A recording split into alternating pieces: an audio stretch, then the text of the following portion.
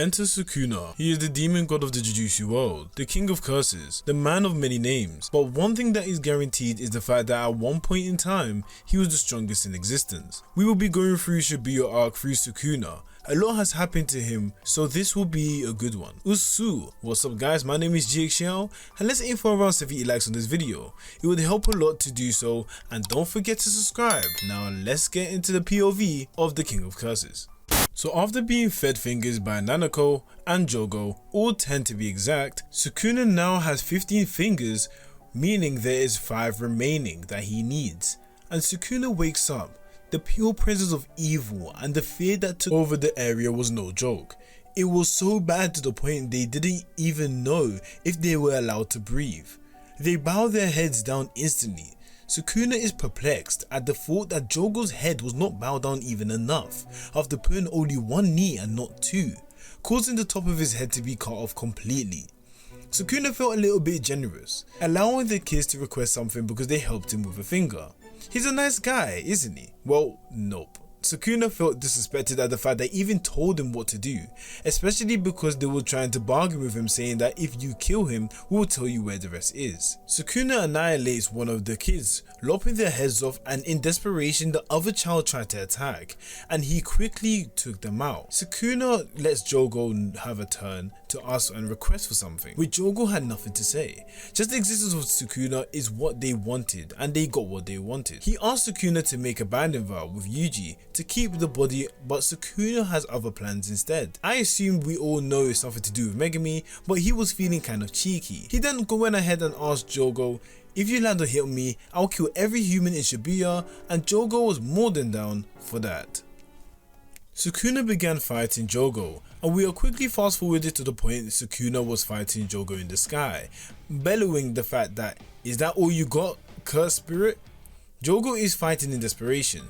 Sukuna appears behind him and slams him towards the ground, but just before he was about to touch the ground, Sukuna grabs him and adds momentum to the smash, hitting him into the ground and breaking through the top of the building.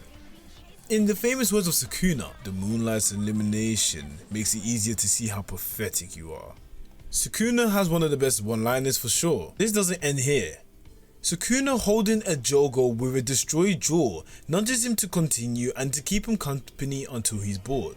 In fact, Jogo retaliates, leading to a large-scale attack. While this was happening, there was a different fight below, which led to Sukuna transmitting there with speed, and just before Kusukabe and Panda could leave, Sukuna appears in front of them and told them not to move a muscle. Sukuna explains, if they decide to move from their positions, he will kill them. Jogo attack, coming towards them in ferocious rate, and while they are wanting to escape, Sukuna is teasing them, saying not yet, not yet. And just as the attack was about to approach, then he allowed them to escape, causing a huge building level attack from Jogo. This led to Sukuna dodging the attack completely and sitting next to Gojo in the process. Sukuna is confused why Jogo doesn't use his domain expansion, but Jogo definitely knows that this would be futile. Sukuna said, he's spoken like a true loser, just because he lost to Gojo. That's gotta be unfair, but against the natural disaster, of course he's gonna say that. But the unmanageable happened. Sukuna decided to fight Jogo with his own ability. Sukuna legitimately believed Jogo knew about the technique, but Jogo was confused because of his slashing and slicing. Sukuna was ready to have a fire battle with Jogo, and that is what they did. They did this all while riding a meteor attack that Jogo actually threw. This is going to be amazing when it becomes animated. Sukuna uses a fire arrow attacking Jogo. Jogo already saw his dead homies and passed on their resolve to Mahito. Sukuna enters the mental space of Jogo and was able to communicate even. He asked Jogo if his aim was to become human in the sense of wanting to replace them. Sukuna explains something which I think you watching this video here could maybe learn a thing or two. Maybe not the extreme extent, but you'll kind of understand what he's saying. He says, humans flocking together, Comparing themselves to those around them leads to weakness and starts their growth. You should have burned everything you desire to a cinder without thinking to reach the heights of Gojo and not worry about the future identity. You lacked hunger to take hold of your desires. Now when I said it's relatable to us, I mean in terms of the fact that we depend and compare ourselves a lot to the point where we actually limit ourselves because we see that there's a limit in what you can do instead of actually trying to take your initiative and go to grander heights. And another thing that Sukuna done, he told Jogo to stand proud and even paid him a compliment, making him cry just before he became a crisp and burnt. That's rough, Jogo. Ryomen was going to escort Sukuna, making him surprised to even see her, leading to a conversation to two people that seemed like they're fond of each other.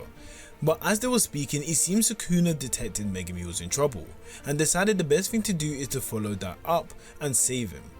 She was told to not neglect the preparations and it won't be long until he's completely free. He then saves Haruta from being attacked by Maharaga, leading to him figuring out Megumi is in a suspended death and declares that he needs Megumi to do something, hence he shouldn't die. Sukuna, as he's fighting, figures that if he was a cursed spirit, it would probably all be over due to his blade of sword of extermination imbued in positive cursed energy. That's not the only thing, Sukuna had his curse technique seen and read, making him excited Maharaga can react and see it, which led to him flying into a building in which he compliments Maharaga. Sukuna figures out the purpose of Maharaga and is the ability to adapt to any or all phenomena. Sukuna seemed pleased that Megumi showed him the way. When it comes to Megumi, he continues to be vague as usual, which causes him to activate the malevolent shrine. This will entail the ability to realize one's innate domain without using a barrier. Is similar to an artist painting a masterpiece on air. This explains how refined his domain is. This led to Sukuna destroying the whole vicinity and the people included. A relentless barrage of slashes and cleave and dismantle. Maharaga is down for the count and Sukuna thinks fast on his feet. If he adapts to it, he will then more likely be able to combat and defeat. So it seemed like the only way to obliterate it was by changing the move, and the move that he chose was the flame arrow, which blows Maharaga into smithereens. Not only that, but he went on to slice Haruta in half. No miracles from him. Sukuna can feel losing control to Yuji at this point, which made it so Yuji could see the absolute destruction that he has committed, as well as the memories of Sukuna doing what he done, surging into his head and making Yuji screwed. Now, the last appearance of Sukuna within the Shibuya arc was when he was with Yuji and Todo were fighting against Mahito. As the 0.2 second domain expansion came out, he entered into the body of Yuji again, which then Mahito asked if he was safe. Sukuna tells Mahito he's not going to let Yuji die at that moment, and Mahito's pretty much like, bet, let's see how it is then, and they continue to fight. Now, that's how it ends with Sukuna's time during the Shibuya arc.